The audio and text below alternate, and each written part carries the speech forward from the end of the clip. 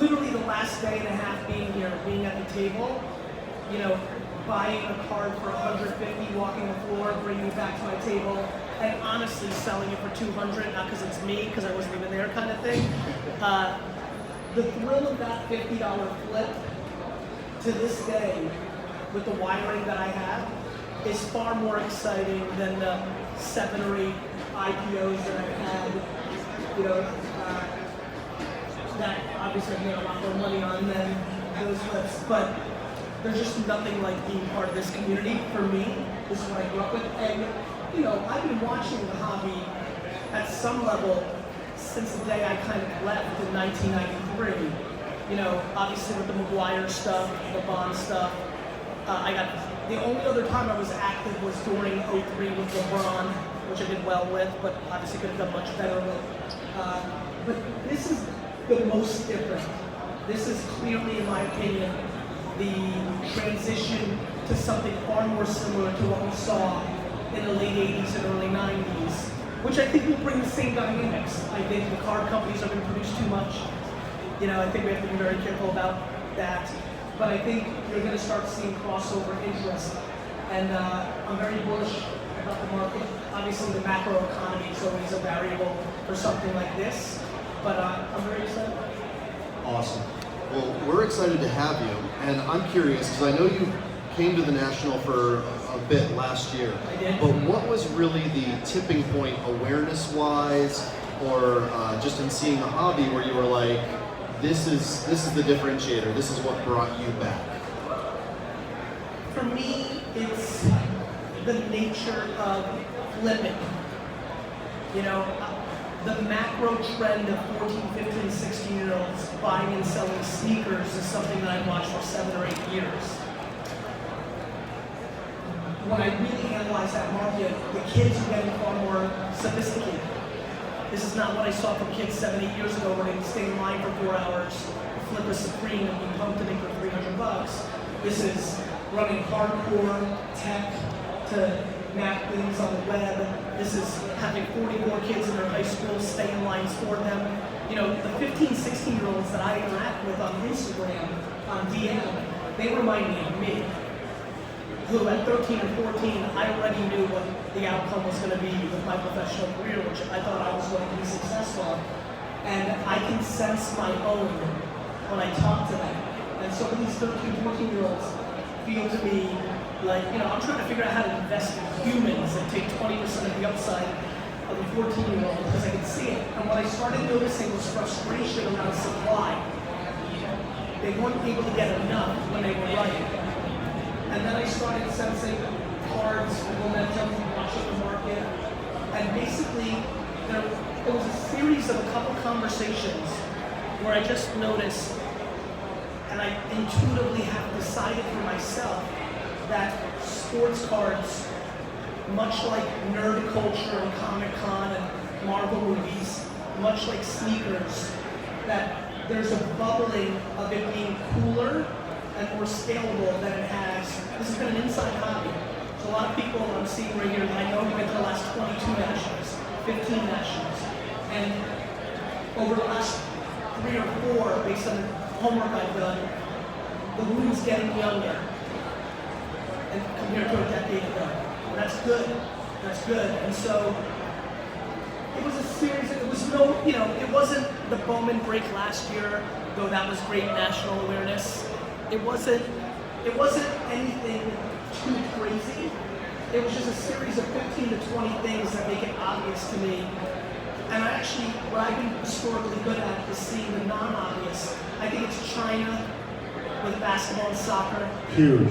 I think the China collectible thing is going to be a lot bigger than people think, which is why I personally, I can be wrong. These are guesses. I've started realizing way too many people are watching the things I'm saying, so I want to be really hedging this stuff. I don't know shit. It's like the old AFL had when Gary Vaynerchuk. I don't want that. I don't want that. But in the same token, what I'm very scared of is believing in something, loading up, and then talking about it, because then people are going to think that that's what I'm doing. So I've had to give up my De'Aaron Fox hot take. They've gone up. But to me having to buy things I want for more expensive are better than the industry thinking that I'm loading up and then promoting. So I'm trying to find my own way, but I can tell you some macro things. China, with soccer and basketball, is going to matter. So I think LeBron's underpriced. That's my take. So if you're not shipping internationally via your eBay account, you're leaving money on the table. In a way that makes me confused by what is the excuse you come up with to not do it. There's plenty of people that are hucksters in America too. It's a very American thing. Fear outside of America. There's plenty of fraud going on in America. I think this industry understands that. So this fear-based, I think it's a huge mistake. I think there's a lot of opportunity. I think my generation, I look at my best friend Brandon, we grew up in this game. We now have children that are in that 7, 8, 9 range. That reboot really, really, really matters. So I just think it's going to happen. Listen, I'm an entrepreneur. I've loved this hobby the whole time. I have not been coming to the National the whole time. I have not been spending hundreds of thousands of dollars the whole time.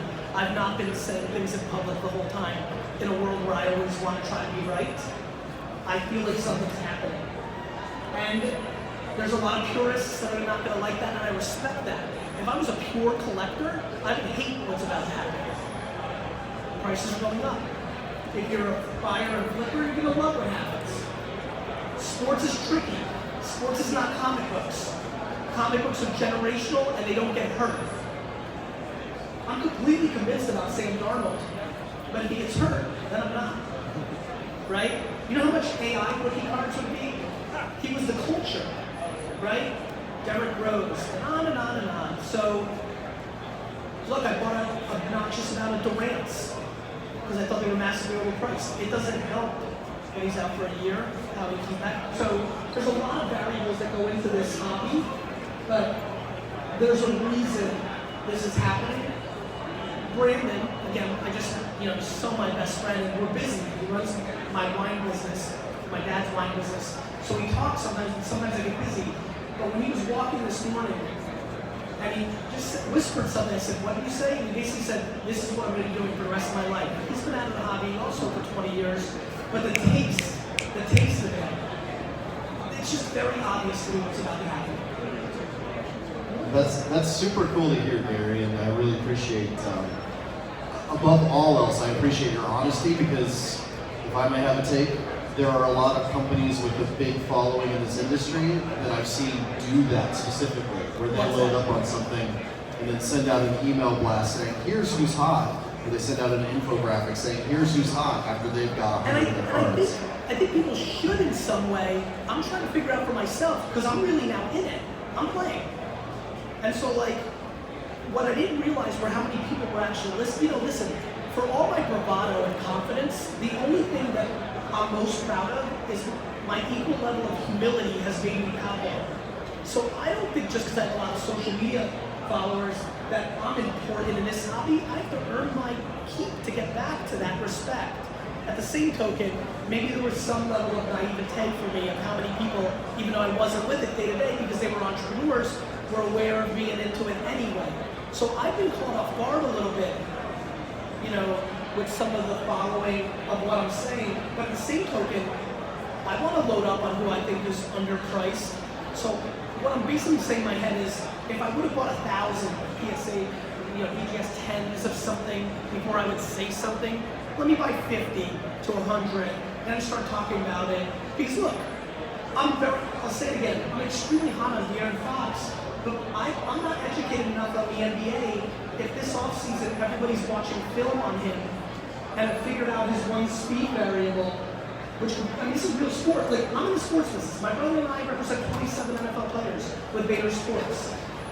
Most of my football quarterback observations, investments, and non-investments have everything to do with the human being off the field and nothing to do with on the field. There's a lot of people investing in their kids right now that they don't realize the kid's a piece of crap, hanging with the wrong people, and did not work out this offseason. I know real shit. I know 4 or 5 guys came 40, 50 pounds overweight. I know real stuff.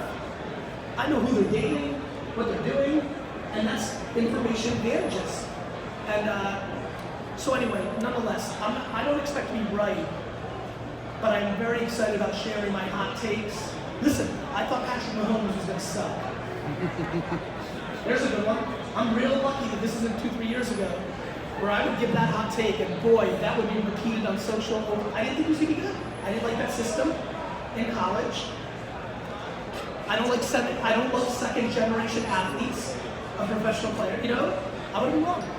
On that same side, you told me something this morning at your booth that I thought was really interesting from a dealer perspective, being at your booth, that right now, in some ways, you're at a disadvantage dealing with some people on some cards. Can you talk just a little bit about being back at the disadvantage? Oh, I've been absolutely ripped off for the last 40 hours because I'm not in the game. I have no concept of non-graded cards.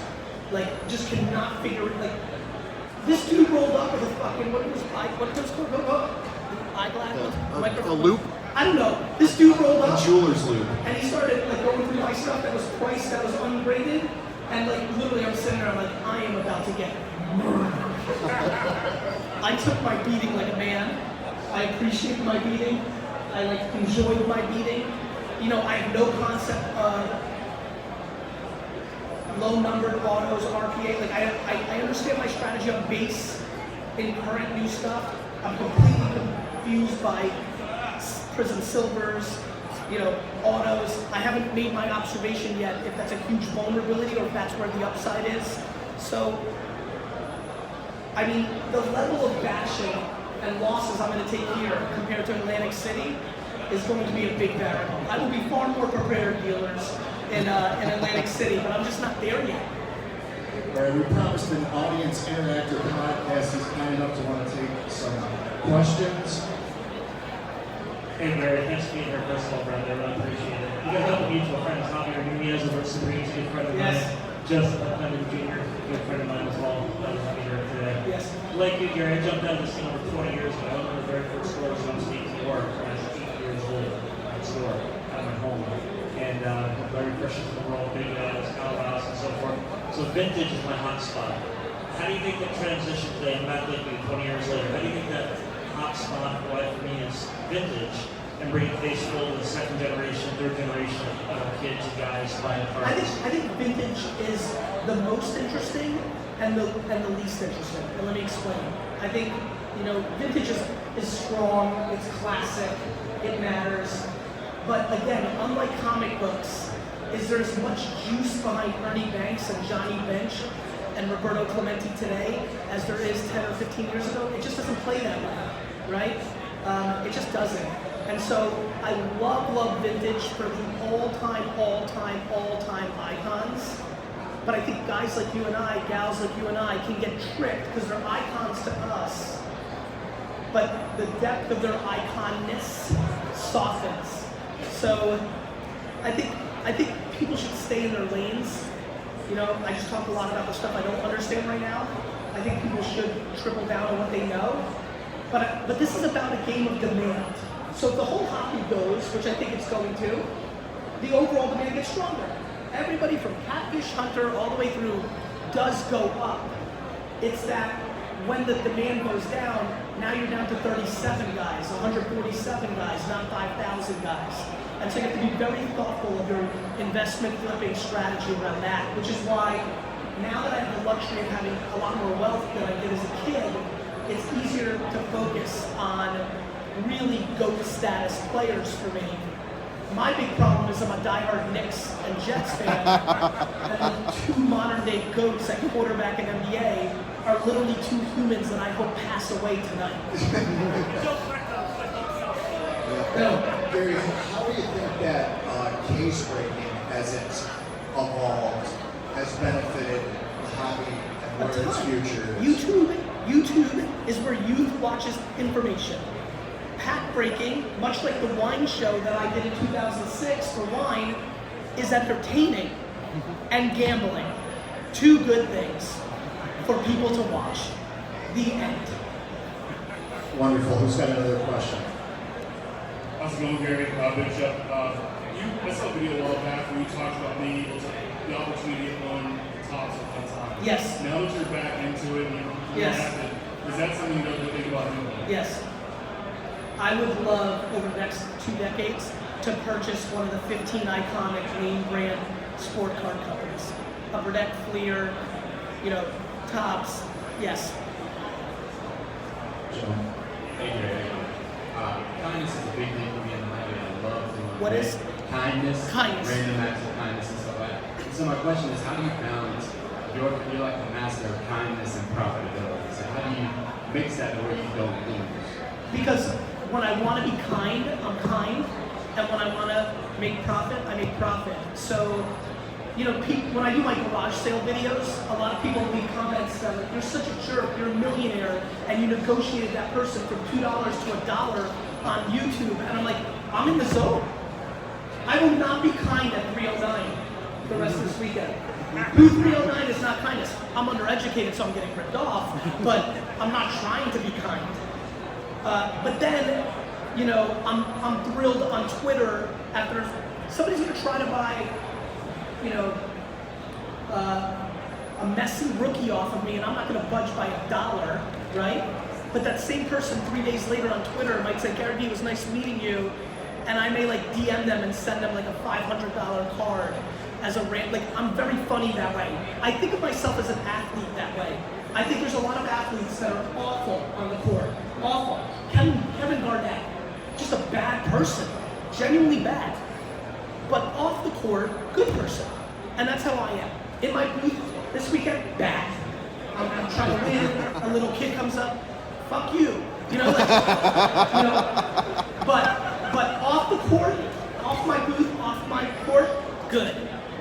That same $5 that was undebatable, I'll give you 1,000 for free. And like that. Which is why I don't talk about my nonprofit stuff on social media. I'm very comfortable with who I am in my kindness. The donations that my wife and I make, I'm proud of that. And I'm thrilled for people to have that debate with me. But I'm not a Twitter warrior. There's a lot of Twitter warriors in this industry. Real tough guys on Twitter. But then in real life don't back up their actions, both kind or tough. And so I don't like that. Sir. Thank you for coming. Thank you.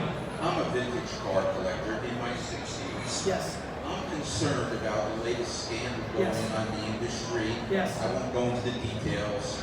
PSA, PWCC. Yes. You're a different generation. Yes. I'm wondering if you're concerned about this. What's your perspective on what's going on and whether or not it affects not just vintage cars, but modern cars that you seem to be more involved in? Thank you. So you're welcome, sir. So a couple things. One, sir, 85 to 90% of my behavior investment will be vintage, outside of modern basketball, which I have a very big belief in. And even that, it's really 86, 87 Fleer and back. This industry should be very concerned. I don't know, listen, one thing I'm very proud of is I don't like to talk about things I don't fully know. I'm reading the forums, I'm reading social, I'm very wired in culture at the highest levels, and I'm getting my own information that hasn't been shared yet. I'm too undereducated to have a proper thought. Here's what I will say. What's most interesting about what I see is that there are multiple grading companies. If there was one grading company, let's say the American Mint that makes a currency. If this was currency and there was one, it would be a much more interesting debate. My intuition is this industry transformed after I stopped collecting because of grading. Grading is 100% built on trust. Nothing else. I think the industry has accepted, everybody here, the whole macro has accepted there is some human variables in it.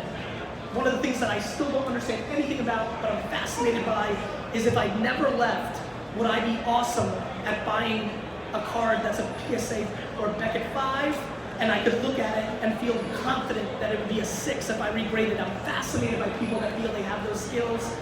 A couple people rolling around that I've met used to grade and this, it's interesting. But the whole thing is built on trust.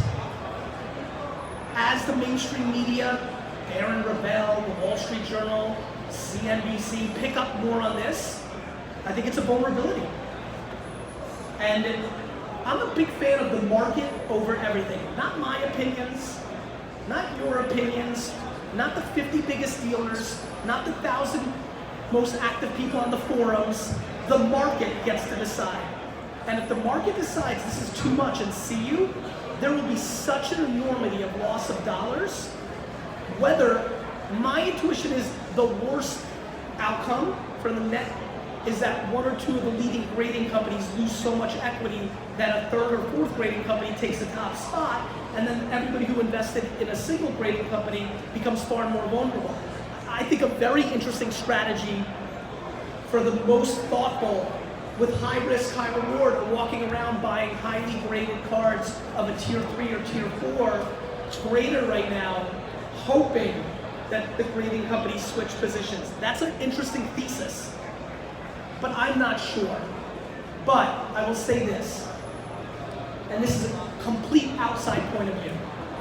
My intuition and hypothesis is everybody's too intertwined to let it go all the way down.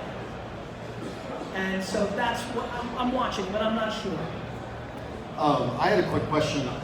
You triggered something in my head with that, which was you were talking about how there's options with the grading companies that allows it to be, well, this company needs to address this or step up, or this company when these issues happen. With your understanding of the sports industry Yes. and licensing, Yes. do you see any chance for exclusive sports licenses to go away in the future? Or do you Yes. think that it's a great thing for the hobby? No, I think both are in play. This hobby has seen both. I think whoever's in charge of the MLB license, when the renew comes, gets wined and dined and negotiated with, and she or he may decide it's been a bad strategy to just be with Topps. The NBA licensing may decide they don't want to give it. Look, I look at the card companies the same way I look at media companies. They're vulnerable to the league. When the NFL gives the rights to Amazon, that's bad for ESPN and NBC. If the NBA decides to give a new Gary Vaynerchuk-owned Fleer company the exclusive rights to basketball, that's bad for Panini. Or they decide to give a second license. No, I think it ebbs and flows, and I think we've seen over the last 100 years of this hobby that it ebbs and flows. And I would be stunned before the time I pass that it stays exclusive in perpetuity. I have a feeling you'll see it change. I'm going to piggyback off that a little bit.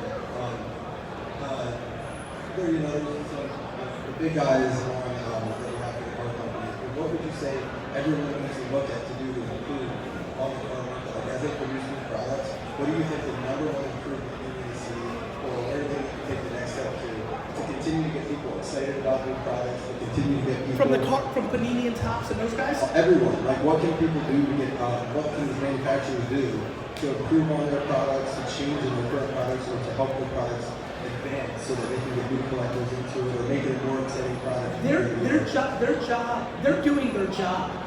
The card companies over the last 3 to 5 years, in my opinion, have done a great job of doing their job. The problem is their initiatives and agenda don't match the secondary market, and they shouldn't. You know, it's an interesting question. They've been evolving like crazy. They're creating false scarcity or scarcity at scale. They're creating incredible design elements. They're creating incredible cards. The problem is, it's not Panini and Topps' job to hold down production. They're in the business of selling. Nobody feels bad for Panini when a wholesaler buys it at one price and makes 3x when it's hot. But everybody's super mad when Panini makes 10x the product because everyone's scared of the junk wax era. The junk wax era is a complete reflection of supply and demand. They made all that cards because every kid in my junior high and high school was collecting cards. They were in the business to sell to Walmart and to wholesalers. So their job is to make as many cards as possible in line with the demand in the market. You know, wholesalers' jobs are to make a big margin when something's super hot and move quickly at no margin on things that aren't.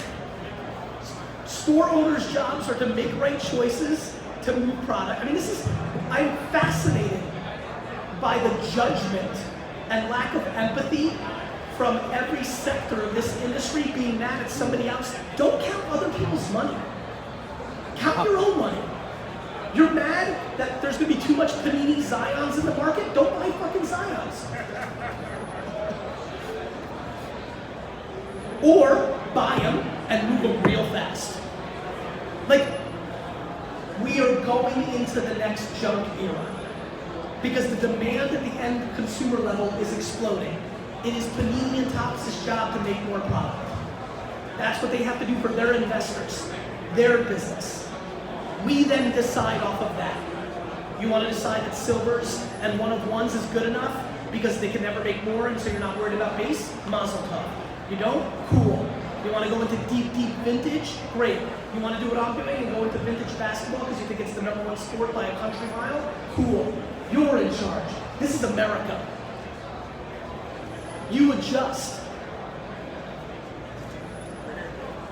Hey Gary, Ben Smith, Midwest Box Breaks. Just want to say thanks for the sweet deal on your mannequin. I'm getting ripped off everywhere. $84. I'm getting ripped off. Hey, so just kind of like touched on a minute ago, we're about the same age, 80s, 90s. I mean, I love the hobby. I'm back in after a long time away. What can all of us do to make sure it doesn't burst again? Nothing. It's supposed to burst. It's because it's a market. The real estate market bursts, Wall Street bursts, the card market bursts.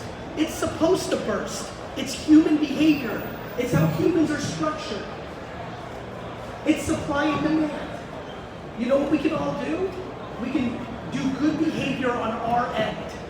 Don't cheat. Be kind. Do the right thing. Don't get caught up by the fast money and get bad behavior. Be a good human being. But we collectively can't do anything. When somebody reads a headline on ESPN, SportsCenter, in 9 months, that somebody pulled a $400,000 Zion out of a pack, one-of-one, triple platinum, charcoal from Mars fucking rocks, everybody's gonna come into the hobby and try to pull one because everybody loves lottery tickets and gambling. What am I gonna be doing then? Buying Kevin McHale rookie cards that I think are grossly underpriced because I think he's an underrated all-time basketball player and I like basketball in the macro and there's not that many great white players to begin with. And like, that's that. And by the way, and I may also buy a ton of Zion Blacks to gamble, hope, and flip fast. Do you have any advice on like Yes. Twitter bullies? On Twitter bullies, I got a lot of pieces of advice. One, blocking is okay, but I think is a shortcut. But it's fine if you can't handle it. Two, I think you should be empathetic to what they're doing. A lot of people troll me and don't like me, and I try to think about why. Not that they're bad or stupid. You know, in the sports card thing, because this happens to me in anything I enter, it's because people think I'm coming in to make a fast buck. I understand, I'm empathetic. Number three, I think you should use it as practice, because the world bullies. The quicker that you can get into a place where somebody bullying you, you don't feel in the same way that somebody that you think is cool decides to wear your t-shirt, don't get too high, don't get too low, just stay in your own head and things will get real easy. When people come to this show, you see what's going on. When people come to me and say, you changed my life, can I take a selfie with you? I don't get too high. When somebody whispers over on the side and it's like, he's a scam artist, he tried to move the Giannis market, I don't get too low. I just do the right thing. You should get used to it. You should absorb it, but you should never let somebody's opinion about you dictate how you feel about yourself. Because they don't know you. Great job. Hi Gary, how you doing? Todd Rose. I'm here today because I heard you were going to be here for sports. Look, I had a stroke 5 years ago, and I've been living with my mother for the past 5 years in her basement. And I've been watching her content, and it's inspired me, got me out of bed, and I really wanted to thank you. I mean, for the sports stuff, just your outlook on life has really touched me. And you know, I love athletes, you know, the Jordan, this goes on, but as far as people inspiring me, somewhere in this body you touched a nerve, and you got me up. And I was wondering, can I get a quick picture of you? Sure can. Any other questions here? You got any questions for Gary? Thought I saw a couple other hands. Questions? This is the time. Yep. I got some hot takes. All right, here they come. Gary, we got a question here. So, how many hoops did you scoop up yesterday? None. Yeah, from what here's the thing. Again, I'm still too narrow right now. I know a lot of booths got scooped up in Cleveland. From what I heard from the bigger dealers, that didn't happen this year because I think dealers understand the market's stronger, right? Chicago's a bigger market someday, but I'd like to scoop some Atlantic City because I feel I'll be really educated at the end of the year. This is so weird for me. I was super poor, so I was lowest man at totem pole. Brandon and I made a joke that my son has opened more wax in the last day than we did in our lives, right? So having financial leverage is fun. It's negotiating power. So I'm excited about that part, but not this year yet.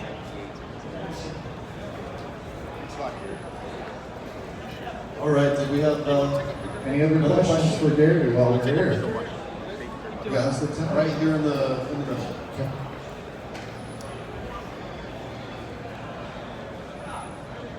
How's it going, Gary?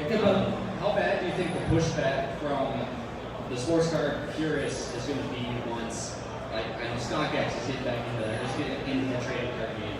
I've been doing sneakers for a while, ever since for like 10 years now, ever since I was a freshman in high school, and I saw the transition and was involved in it, and a lot of people don't know, from the waiting in line time to now the entirely online game. So how do you think, I know people in that sneaker industry didn't react too well to those changes. Nobody likes when their move gets commoditized. You know who didn't do well when tennis rackets went from wooden to graphite? The players that weren't as good during that transition. Steven Spielberg, one of the great all-time storytellers in cinema, is dissing on Netflix because he doesn't like the transition. People don't like transition when they were humble enough to wake up at 4 a.m., stay in line, that was their advantage. But now it goes to an online game where analytics matter. Nobody likes transition when it costs them money. The problem is the market doesn't care about you. The market doesn't care about me. The market doesn't care about you. How are they going to react? If you're calling a purist somebody who's not capable to adjust to the reality of the new game, they're not going to like it at all. Hey Gary, any thoughts on ticket stubs, especially as we're entering obviously a more digitized environment where season tickets are no longer being made? I'm a huge fan of all things made on paper. I'm not educated about tickets or programs or magazines, leaflets. I mean, look, I'm a big buyer.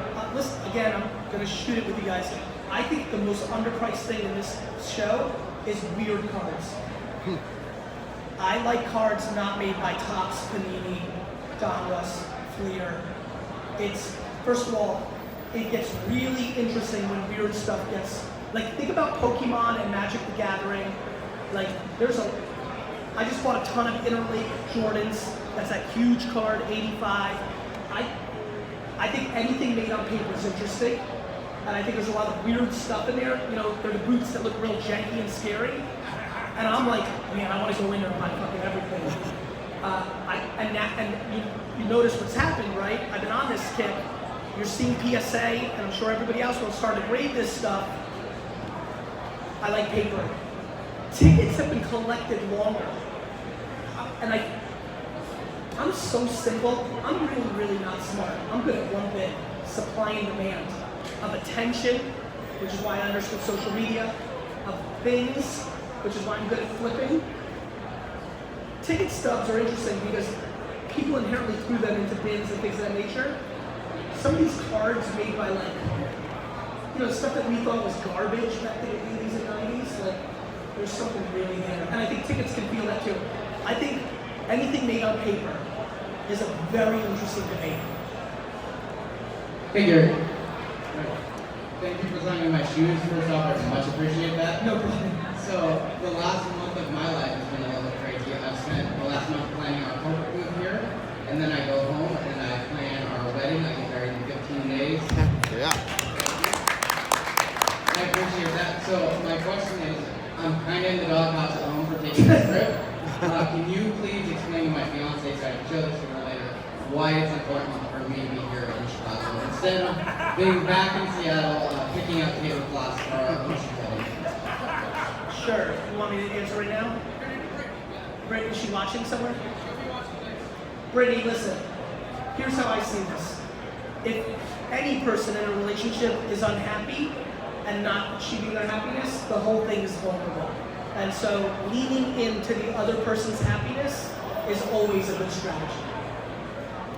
Can you, I have a quick question about some of your social media strategy.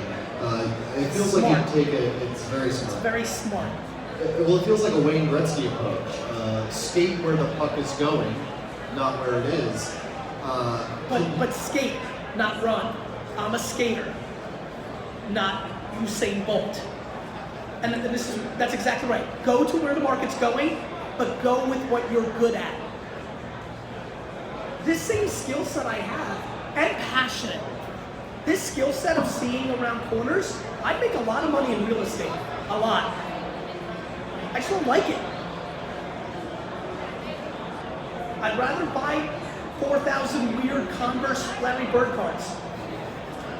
Happiness matters. So, yes, go where the game is, but skate there, because I'm self-aware of my happiness and my skill set. And there's a lot of people right here, right now, this weekend, that are about to go into categories that they don't understand because they think it's getting hot and they don't stay in their lane. Like that really nice gentleman with the Padres hat, he's in vintage. He stays in his lane, right? Like, Brandon knows this because we were so hardcore baseball. I was buying 86, 87 player basketball in 1992 and 3. I was right. I didn't have any money and I didn't go hard, but man, I was right because I already at that point understood what basketball was doing. I mean, soccer cards are a layup. Like, if you can force yourself to get into a sport for the reason to collect it, you better get into soccer. It is the great layup of this industry. Ronaldo and Messi rookie cards are a joke cheap. A joke. They're LeBron. They're Jordan. They're cheap. And the demand. Have you been to New York City or Chicago where kids that are 7 years old are wearing more soccer jerseys than Cubs jerseys? It's getting crazy. Do you know how big FIFA is? Don't even get me into if esports cards becomes a thing. Ninja rookie cards are gonna be like 33 Babe Ruths. Like, it's real interesting shit. So, here's my question to everybody. How long are you playing? If you wanna make a quick flip on some Zions, that's a game. And I like that game. That's day trading. That's a cool game. But if you're in the mutual fund long term, my financial advisors are sitting here, they're in Chicago. They know that I don't treat my money on Wall Street the right way. I'm being serious. They know I like it high risk, high reward. That's what makes me happy. They can easily lay up, get me a great return. It's too boring for me. For my father-in-law, still not here yet, he loves that. They crushed for him. He likes boring. He likes money more than I do. I like action.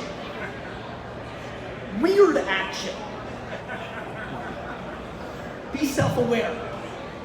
Hi, Gary. I'm happy to see you here. I love your videos. Thank you. One question I have is, so are you into the sports more for the flipping because of like high risk, high reward, or do you also collect? And are you kind of looking for the next couple of years? Or are you kind of looking? I like flipping. I like old stuff though, so I have these two contradictions. I like the short-term action because it's fun to open packs with my friends, my brother, right? But I'm collecting flipping, meaning I don't need to own a single card ever.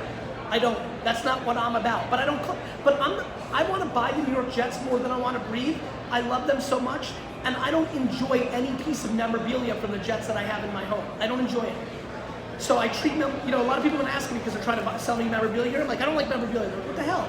And then I'm like, wait a minute, I don't even like cards that way either. I don't like it.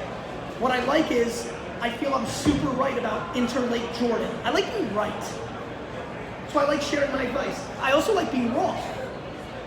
No, I mean it. That's why I told you the Pat Mahomes thing. I like the game of thinking. And I like winning and losing in thinking. So what I like is I'm gonna hoard the crap out of vintage basketball, and then when I feel it's at its, Brandon will tell you, in 1993 at a card show, we're setting up, and I just start putting out toys and comic books, and Brandon literally quit. He was already in trouble because he started liking girls, but he quit on the spot. He's like, this is what you're doing? And I'm like, I think cards are in trouble. I didn't like the way the last 5 shows felt. But these comic books and nerd stuff, which I wasn't into at all, I'm like, I think it's gonna grow. If you look at what happened the next 7 years of those two marks, I didn't stay, I went to school, and then I got full into wine. But if I stayed, I was so uncomfortably right. So what am I gonna do? I'm gonna give it to you right now. I'm gonna go hard at what I think is right for the next 24 to 60 months. And then if I feel it's gonna be awesome forever, I'll just keep doing that. But if I feel that this show in 2029, if I don't like the way it tastes, I'm gonna sell.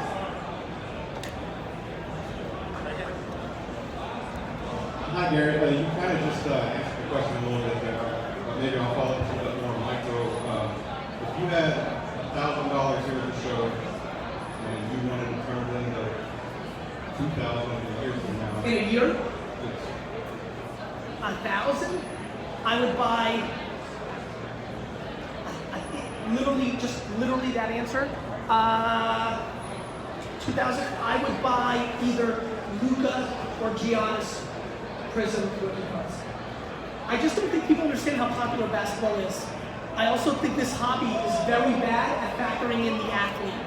Everybody thinks that Luka and Giannis are overpriced right now because they exploded in the secondary market on eBay over the last couple months. What they don't factor in is Giannis is probably the best player in the world, and he still has room to grow.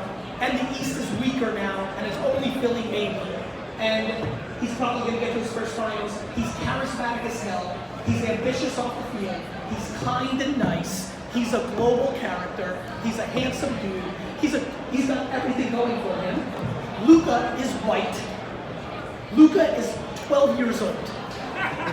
He came in as a rookie last year out of shape and flexed on the league. My friend Draymond Green DM'd me, he's like, this boy can play. Draymond thinks everybody sucks. If God forbid Porzingis plays, and you've got Cuban hyping the shit out of it, so if I'm just saying to myself, quarterbacks scare me because they can get hurt, right? I go right to basketball. It's a short-term hobby now. What would I buy? Dr. J rookie cards. Dr. J rookie cards are stupid cheap. He's an icon, but it won't be 1,000 more next year. If you buy a PSA 8 right now for $850, it's not going to be 2,000 next year. But the table I have that says buying Giannis is at $450, and they're going for $5 out there, that could be 1,000 real simple. Don't let Giannis drop 51 in game 1 against the Clippers in the finals next year, where they triple team him. Watch what eBay does the next morning. Anthony Davis was the layup of all time. You knew he was going to LA or New York. People gotta get smarter here. People are gambling and guessing. I'm watching people talk, people are gambling and guessing. I'm not guessing out here. Right. We know you got a booth today. Yes, I know, guys, real quick. I'm really more, number 1 through 10 of the reason I'm here is to spend time with my son. So I know that a lot of people haven't seen me yet, but I see a lot of faces. I want to see all of you, but I'd love for you to come by 309, which is where I'm going to go, because I'm going to try to walk here and go right there to spend some time and break a box with him. So I'm here until Sunday. So I'd love to see you, selfies, sign, whatever, but I'm going to try to beeline right now. And I know a couple of you are alphas and still going to try to snag me. You're more than happy to. It will just kill your equity with me in perpetuity. Be respectful of Gary's time. Give him a big warm welcome. I appreciate it, guys. Thank you so much.